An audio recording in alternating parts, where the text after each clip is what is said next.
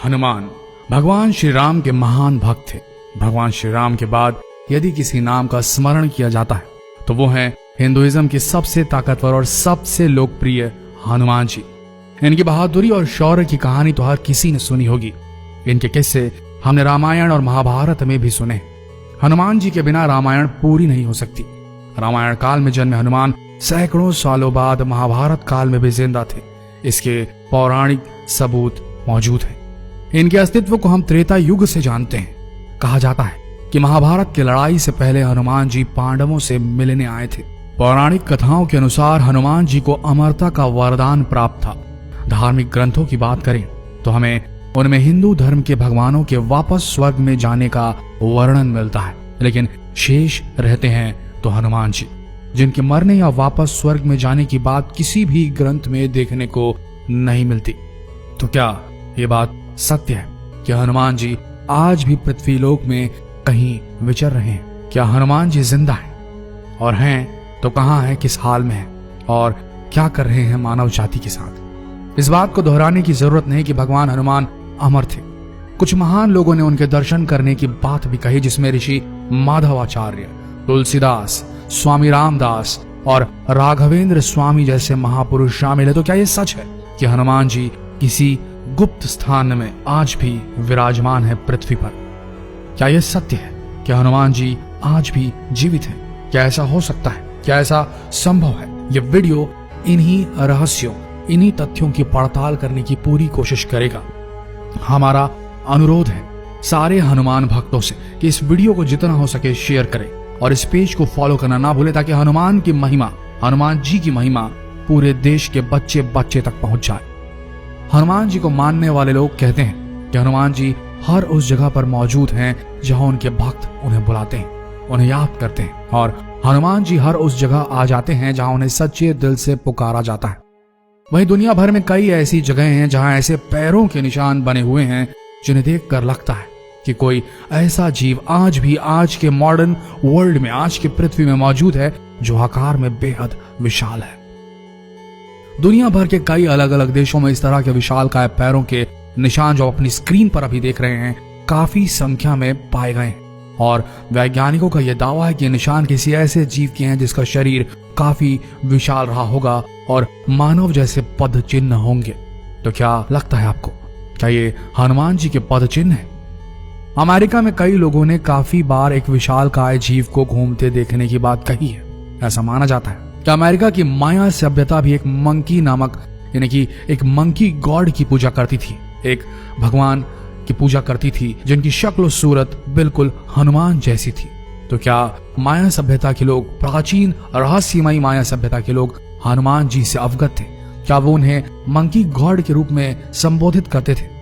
बात सिर्फ अमेरिका की माया सभ्यता की हो तो समझ में आता है, लेकिन ऐसा ही कुछ वर्णन, ऐसे ही कुछ लोकोक्तियां, ऐसे ही कुछ लोक कथाएं चीन में भी मिली हैं। चीन की दंत कथा में भी एक मंकी किंग का जिक्र मिलता है जो बहुत हद तक हमारे हनुमान जी से मिलते जुलते हैं, और ये सारे सबूत यही इशारा करते हैं कि हमारे हनुमान जी आज भी हमारी धरती पर हमारे बीच मौजूद हैं।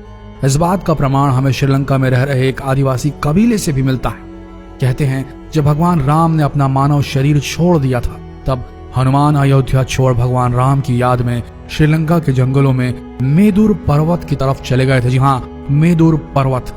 मेदुर पर्वत में जंगली आदिवासियों ने हनुमान जी की बहुत सेवा की। वहां से वापस लौटते वक्त उनकी भक्ति और सेवा से खुश होकर हनुमान जी ने इस कबीले के लोगों को ब्रह्म ज्ञान का बोध कराया था। जी हाँ, ब्रह्म ज्ञान का बोध कराया था, और उन्हें यह वचन दिया कि वे हर एक 40 साल बाद उनके कबीले के साथ रहने आएंगे और उनकी पीढ़ी को आत्मज्ञान देंगे।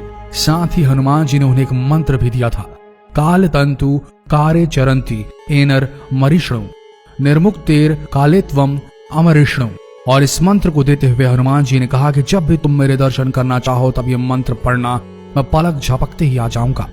पर उन कबीले वालों ने हनुमान जी से पूछा कि यदि ये मंत्र कभी किसी और के हाथ लग गया और वो इसका गलत इस्तेमाल करने लगे तब क्या होगा?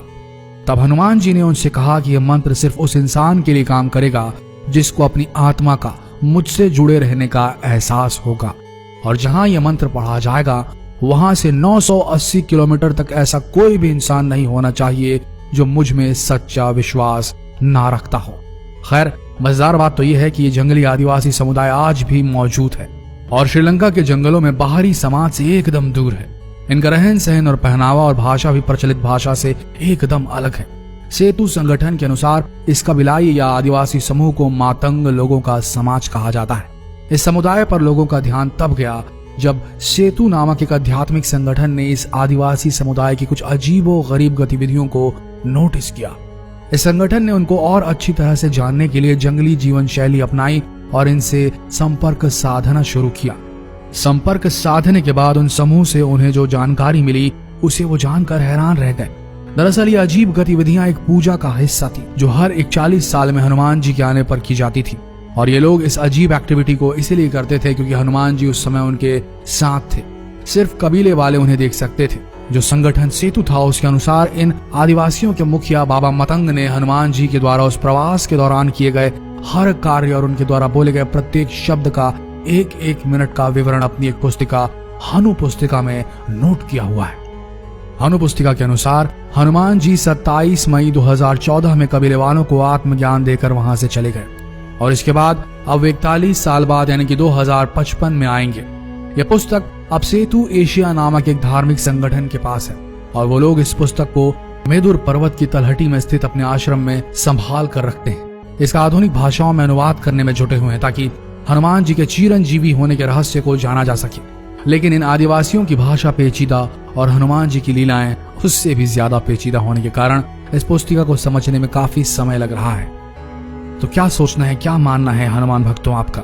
क्या हनुमान जी वाकई में आज भी पृथ्वी पर विचरते हैं? क्या भगवान हनुमान आज भी पृथ्वी पर विराजमान है? क्या लगता है आपको? कमेंट सेक्शन में जरूर बताएं और इस वीडियो को भारत के बच्चे बच्चे तक शेयर करना बिल्कुल ना भूलें। अगर अब तक आपने शिव पुराण को फॉलो नहीं किया है तो यही सही समय होगा, इस पेज को अभी के अभी फॉलो करें ताकि और अच्छे वीडियो आप तक सही समय में पहुंच सके। मिलते हैं अगले दिलचस्प वीडियो में, तब तक के लिए हमारे साथ वीडियो के अंत तक बने रहने के लिए आप सबका धन्यवाद।